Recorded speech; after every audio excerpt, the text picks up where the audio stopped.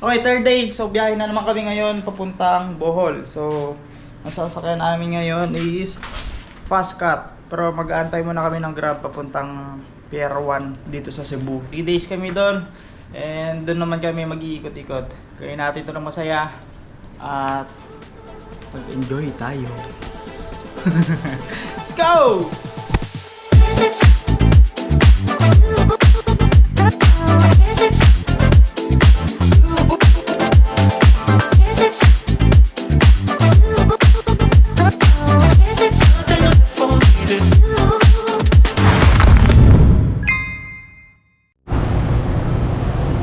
CR na kami guys.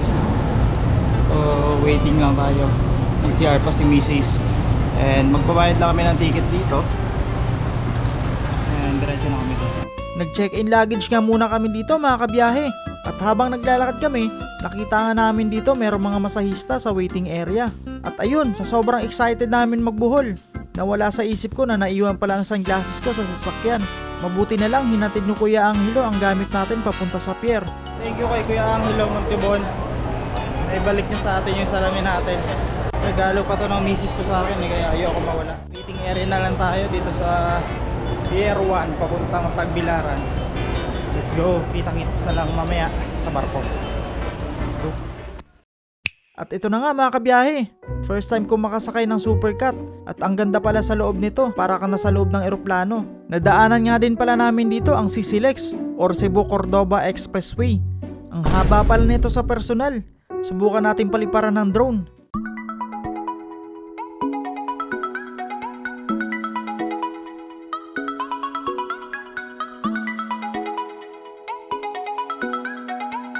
After 2 hours mga kabiyahe, nakarating na nga kami dito sa Bohol.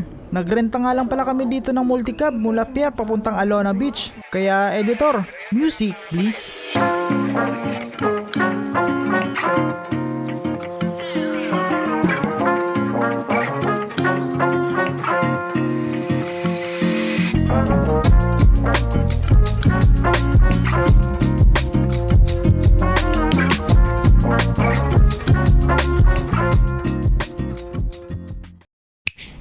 Hello guys! So kakarating lang namin dito sa hotel. And ito yung hotel namin. Tutour namin kayo. May table, queen size bed, and sarap panis ka dyan. Beachfront, mamen. Ano to? Ano?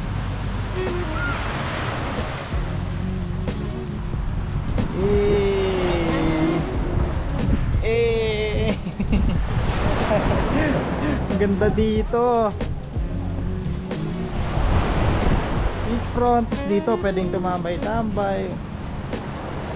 Dito manis.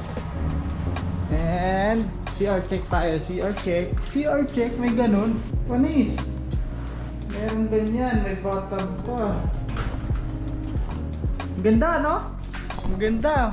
Mahal eh.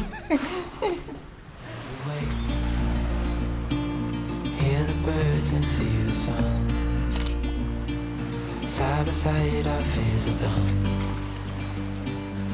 All the good times just begun.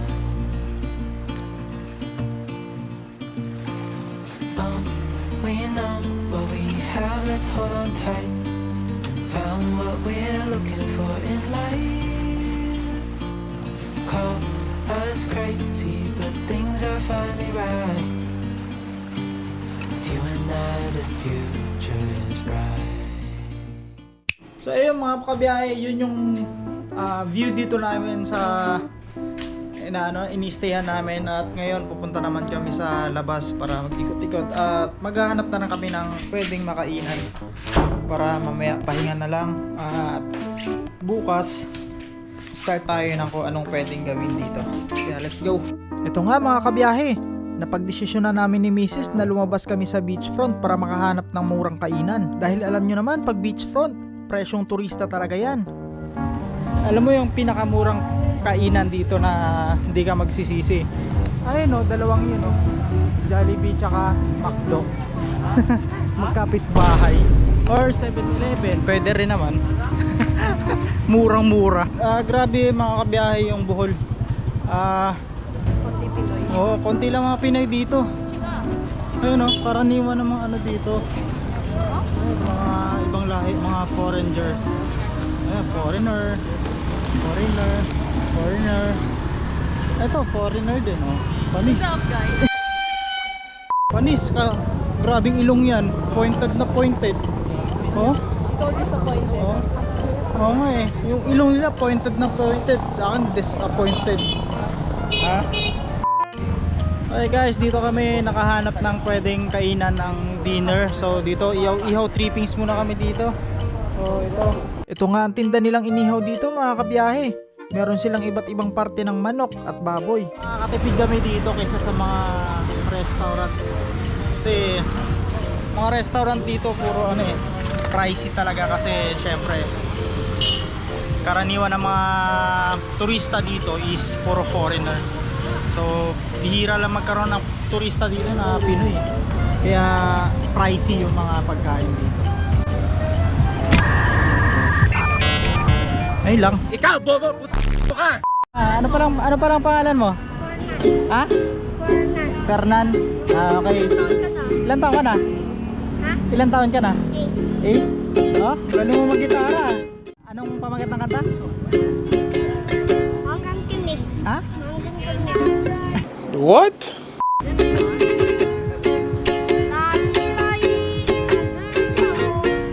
Panis.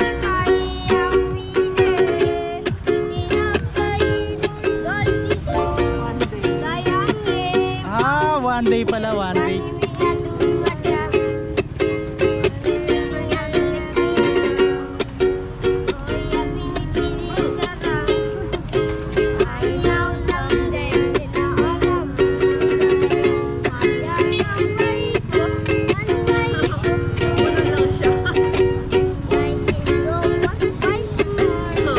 Panis.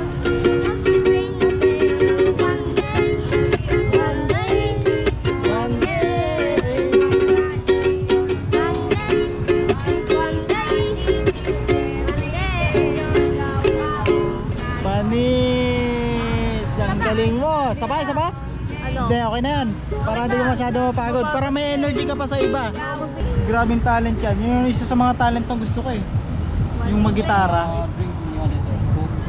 Yun, dumating na yung pagkain. Thank you. Ano yung Coke na lang, no? Coke, dalawa. Thank you. Sa kamay? Yummy. Ayaw mo na ito, di ba? Akin. Ayoko ng ano? Atay? Sige. Ikaw lang gusto ko. Ayoko na atay. Kaya na tayo guys.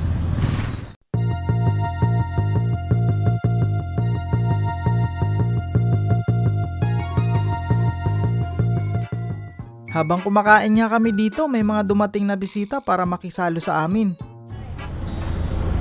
Okay guys, we're done. So, balik na tayo sa accommodation natin. Nabusog ka ba? Yes. Busog ka? Bukas tayo babanat ng gastos kasi gagala tayo. ngayong gabi, unang gabi namin, warm up lang muna. Bukas na to todo. Magandang umaga mga kabiyahe. So medyo maaga tayo ngayon gumising. So ngayong araw kasi mga kabiyahe, magla-land tour kami. So pupuntahan namin yung mga tourist spot dito. At papakita ko sa inyo yung view namin dito. Ito, tahimik lang siya.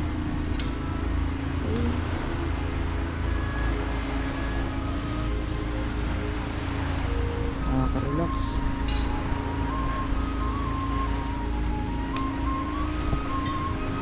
At ayun, punta na tayo sa baba para mag-almusal. Let's go.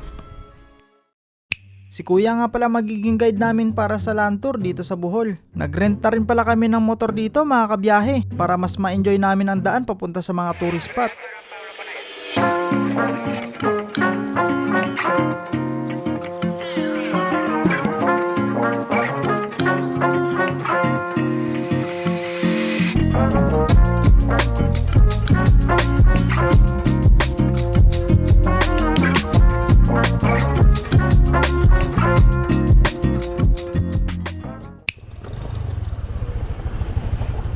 guys, parking muna natin dito kasi hindi pwedeng magdala ng motor pala sa taas. And bayad muna kami ng entrance fee na 100 pesos per head.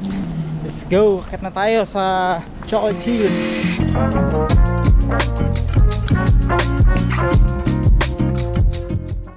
Okay guys, nandito na tayo. And ayun, aakyatin natin.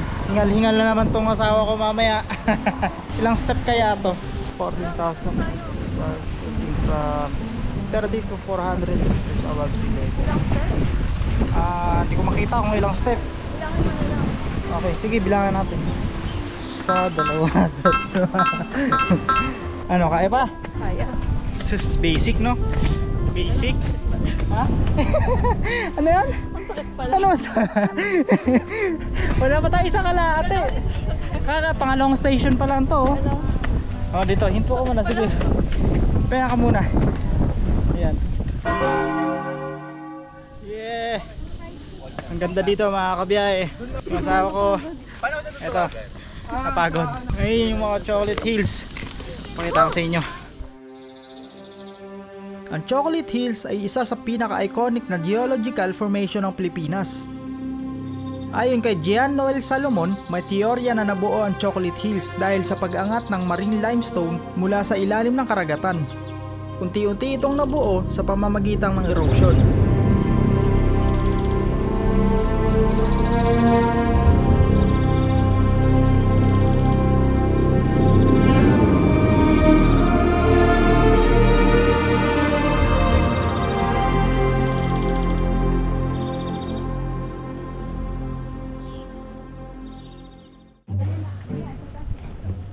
Grabe, daming tao dito mga kabiyahe. Ito ang pinakamagandang view dito. Saan na yung phone ko? Panis, what a view. Okay guys mga kabiyahe, tapos na tayo sa Chocolate Hills and pababa na po tayo. And anong next natin tayo? Sa NTV. Pagkatapos nga namin sa Chocolate Hills mga kabiyahe, susubukan naman namin itong ATV adventure. Kasama din pala dito sa package na nakuha namin ang free photo op. Bag car nga palang napili namin kunin para isa sa amin ni Mrs. ang magdadrive. Okay, let's go! Ito nga pala yung driver ko ngayon guys. Tigisin mo ha. Napagod ako. Okay? Okay, kaya mo yan. Kalmahan mo lang ha, huwag masyado sa masutik.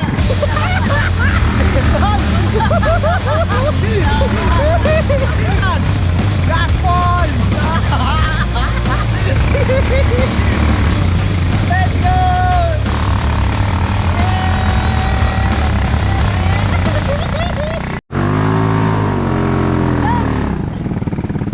Mami, ang putik sa akin.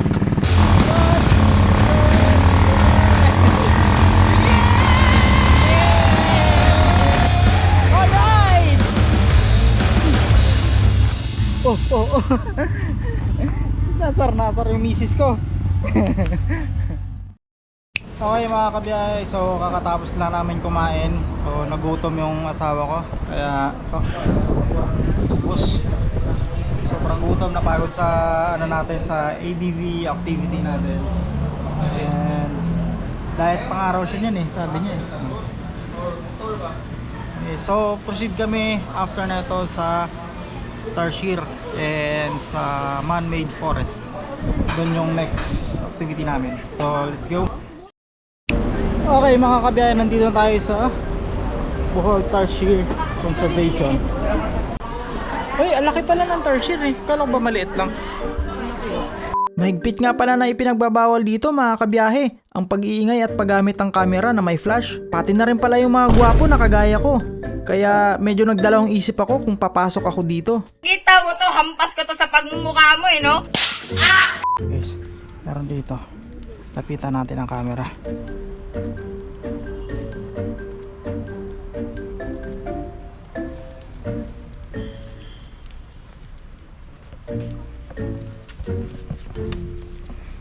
Grabe. Yun, di ba? Ang liit niya. Parang isang kamao lang siya. Mas malaki pa yung kamao ko. So, may exit na ako. Inaantay ko na lang si Mrs. Dumaan na rin pala kami sa man-made forest para mag-picture-picture kahit pagod na ang Mrs. ko. So guys, tapos na kami dito sa man-made forest, and pinaka last stop namin is yung Baclayan Church.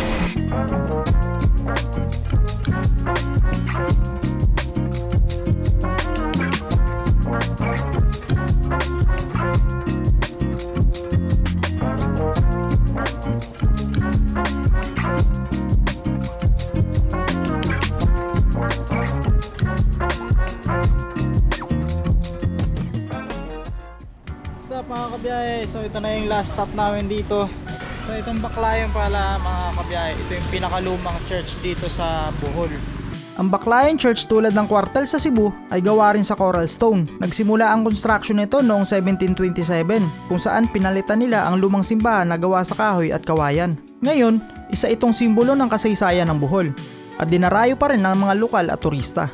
Nag-e-enjoy pa ako sa ice cream ko dito, kaya hanggang dito na lang muna mga kabiyahe. Abangan nyo ang part 2 ng Bohol adventure namin. Hanggang sa muli!